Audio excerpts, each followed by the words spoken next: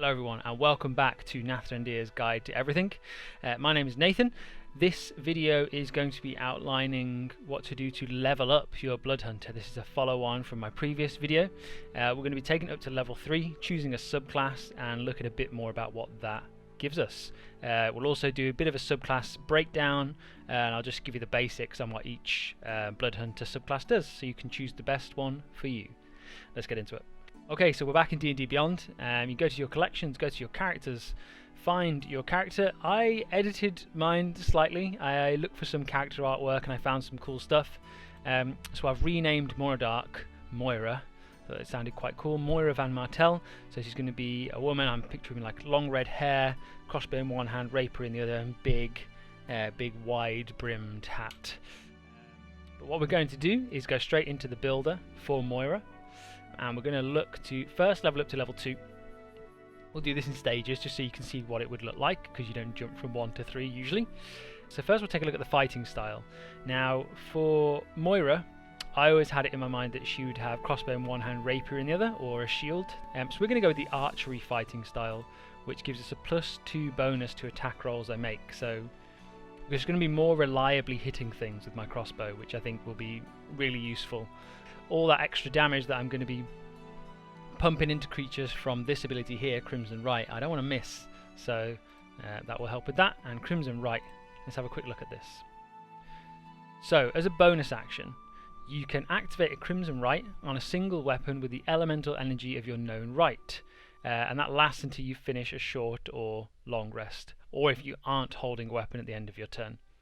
When you activate a right, you lose a number of hit points equal to 1 roll of your Hemocraft die, and that changes as you level up. At this level it's 1d4, and that's how much extra damage you get when you hit something, basically. So seeing as I'm a vampire hunter, initially I was thinking Rite of the Flame, which I think for vampires makes the most sense, and undead, things like that. I do think a lot of creatures, a lot of fiends specifically, if your campaign is going to be fiend heavy, have resistance or immunity to fire damage, in which case you'll be useless. So I do actually think the strongest of these is Storm, but for roleplay purposes we're going to stick with Flame for now. So that takes us to level 2. So let's have a quick glance back at the character sheet. And you can see not much has changed here, but we do now have Crimson Right. Here you can see, again with D&D Beyond, best tool set by far. You can click on it, gives you all the details right there, really easy to read. So we can imbue a weapon to strike for 1d4 extra damage of our chosen type, which in this case was fire. And if I'm activating that, we take some damage as well, which is why I was talking about how important Constitution is for Blood Hunters. It's important for you to have a big hit point pool, as well as everything else. Sorted. Oh, let's have a quick look actually. Crossbow, so you can see we're at a +7 now with the crossbow, which is absolutely huge. That's from our archery fighting style. So as I said, it's really useful to whatever you're going to be using the most, that's what you want to buff. So for us, dexterity, constitution, intelligence. Right, let's say we've just defeated a horde of zombies and we level up once more to level 3. And now we get to choose a Blood Hunter order. So I'm going to break down very basically what each of these subclasses does, but just go a little bit more in depth into what I'm choosing today, but feel free to read into these a little bit more. So first we're going to take a look at Order of the Ghost Slayer, which is the bread and butter for the Blood Hunter class, and it's really strong. All of the abilities that this class has from 3 through to 20 are fantastic, and you start off with a bang as well. So Rite of the Dawn, so we just talked about our Crimson Right giving our weapon fire damage. This gives us radiant damage, makes us resistant to necrotic, and you do an additional Hemocraft die when you hit undead. So this is the undead hunting specialist basically, but it's also great at killing everything else. Radiant damage is often not resisted, or the monsters you're probably going to be going against won't resist radiant damage, so this is an incredible start to this subclass. You also have Curse Specialist, which grants you another use of a Blood Maledict. So that ability, when we could hold something in place, we can just do it again, which again at 3rd level is amazing. I would probably say there are no downsides to the Ghost Slayer. It's a fantastic all-round class, and it just gets better and better and better as you go down the list.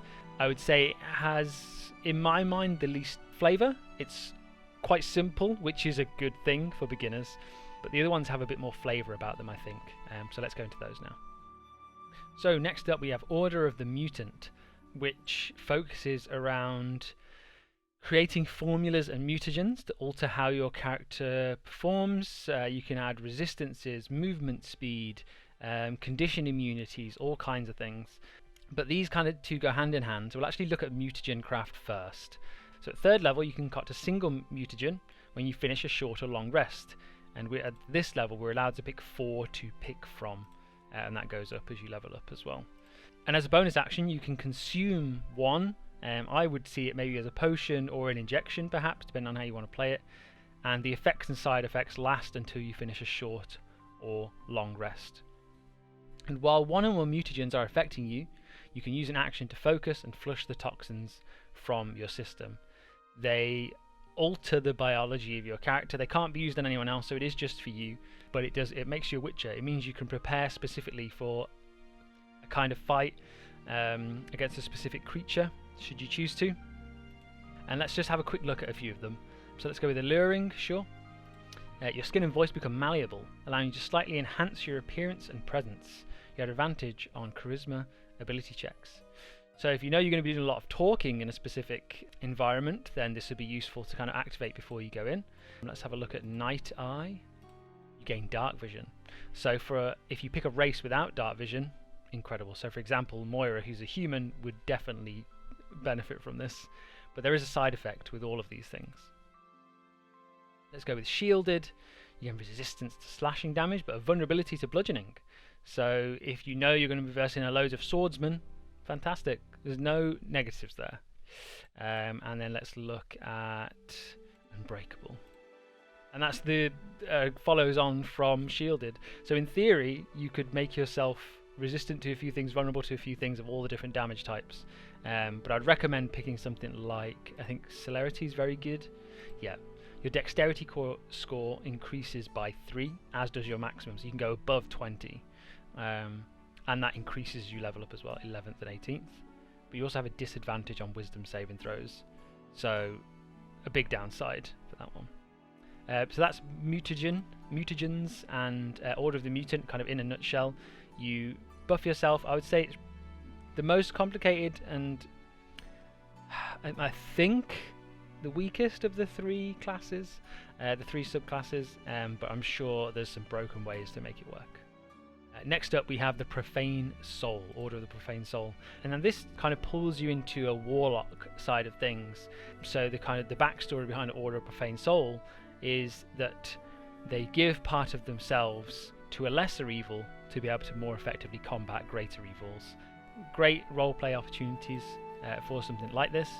So let's just say we give ourselves to a celestial, sure. We give ourselves to a celestial creature, and that's our otherworldly patron. This gives us packed magic, so this is essentially access to the warlock spell list, and if you need more details specifically about how that works, you can read on there. And you gain right focus, so your weapon becomes a core to your pact with your chosen dark patron. While you have an active Crimson Rite, you can use your weapon as a spell casting focus for your warlock spells, and you gain a specific benefit based on your chosen pact. So if we let's see if we can have a look at exactly what that benefit is, seeing as we picked Celestial. Let's go to the character sheet and let's have a quick look. Okay, so on the character sheet, if you go to features and traits, you can see your right focus under here. This is the bonus that we get for choosing a Celestial. You can expend a use of your Blood Maledict feature as a bonus action to heal one creature you can see within 60 feet. There we gain a number of hit points equal to 1 roll of your Hemocraft die plus 2. This kind of takes a more healing approach to it. All the different patrons will unlock various buffs basically for you to use in combat. You can see now also with picking the Profane Soul order, we have access to spells. As I said, the Warlock spell list. We can choose 2 cantrips, which is great. Eldritch Blast is usually a must. It's a fantastic spell at any level, and I think we'd go with probably Mage Hand, just utility, useful for unlocking doors if you don't want to touch the handle and such. I think Protection from Good and Evil would be a fantastic way to protect yourself from evil, and I quite like the idea of maybe we've studied lots of books, so we can comprehend, we have this ability now to comprehend languages from our patron who is all powerful, gives us the ability to read any text that we need to. But from here we're going to go into the one that I'm most interested in, the Order of the Lycan. So back into the character builder screen, we're looking at Order of the Lycan, which is the one I'm going to be choosing for my character, and it mixes up your character quite a lot, because essentially you become a werewolf. It has slightly adjusted rules to the standard ones in D&D. This is kind of inbuilt with the class, whereas lycanthropy usually is something that you add on to your character afterwards, but this all revolves around it, and I much prefer that. Less confusing. It just keeps it all in one package basically. But you unlock heightened senses here, so you begin to adopt the improved abilities of a natural predator. Advantage on perception checks that rely on hearing or smell. Perception checks are the most rolled check in the game, without a shadow of a doubt.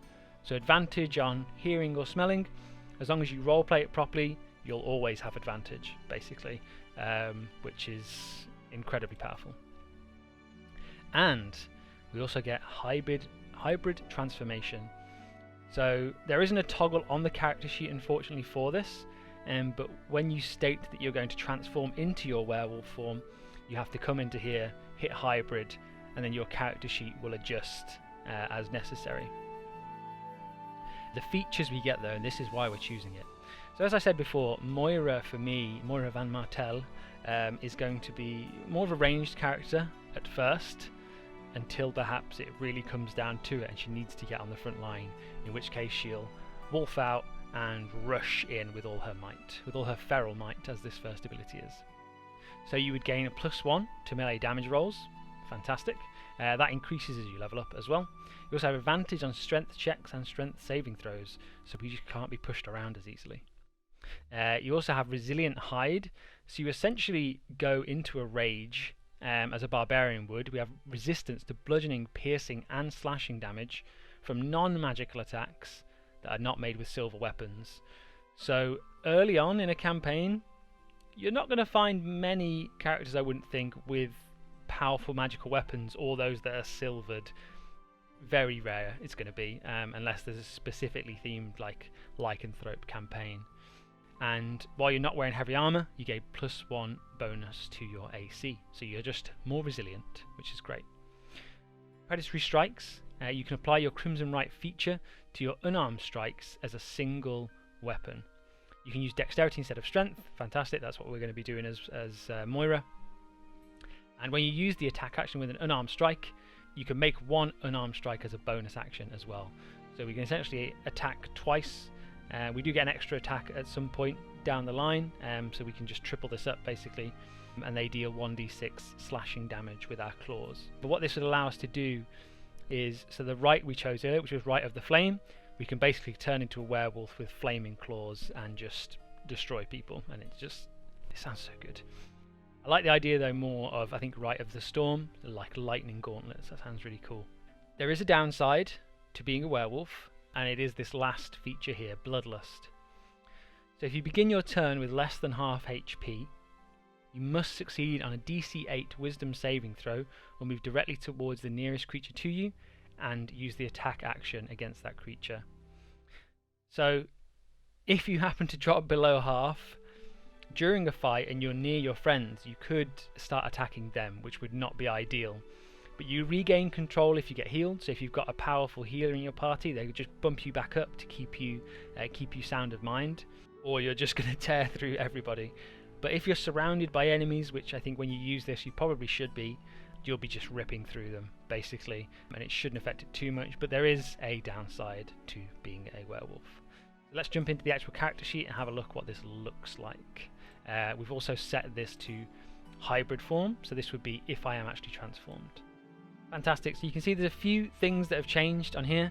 So now we have advantage on perception and advantage on strength saving throws. You can see we've got the unarmed strike Claws things have been added in here. You can see it's got it for strength and one for dex. Obviously we would be using dex more than likely. Breaks that down for you here. And this isn't super optimized because again it's not an official class, but most of the stuff you need is all here. You've got your hybrid transformation, so let's say we are transformed, so we'd have to tick that off. We can only do that once at the moment. But everything else on our class still functions. We've got a little bit of bonus AC from being a werewolf wearing leather armor as opposed to heavy armor, and now we can slash into things with our claws. And bonus actions should also be updated. There you go, predatory strikes. So when we use the attack action, we can do another one as a bonus action, just rip through things. Okay everyone, so that is it. Moira Van Martel is complete, a Blood Hunter level 3 Order of the Lycan. Hopefully this guide helped you build your own character, whichever order you decided to go down. Hopefully gave you a bit of an outline on how to play them, what you're going to be doing primarily within your party. Obviously make sure it's appropriate for your game. Talk with your Dungeon Master, make sure they allow this custom class, because that's what it is essentially. But yeah, this has been Nathrandir's Guide to Everything. Leave a like and a comment with any criticism, if you enjoyed it, if you didn't, what you want me to cover in future. But that's it. Happy hunting everyone. See you next time.